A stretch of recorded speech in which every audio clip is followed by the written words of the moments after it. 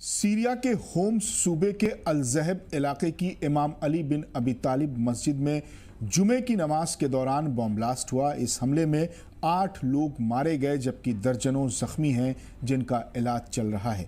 हमले के बाद जो तस्वीरें आईं उनसे अंदाज़ा लगाया जा सकता है कि यह हमला कितना शदीद था। ब्लास्ट के बाद मस्जिद में चारों तरफ मलबा और इंसानी खून नजर आए। इस हमले की जिम्मेदारी अंसारुस्सना नामी आतंकवादी संगठन ने ली है।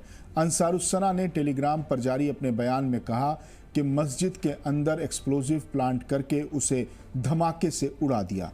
आतंकवादियों ने यह भी कहा कि शिया मुसलमानों को निशाना बनाकर ऐसे और भी हमले किए जाएंगे। अंसारुस्सना वही आतंकवादी संगठन है जिसने जून में डेमेस्कस में खुदकुश हमला किया था एक चर्च पर।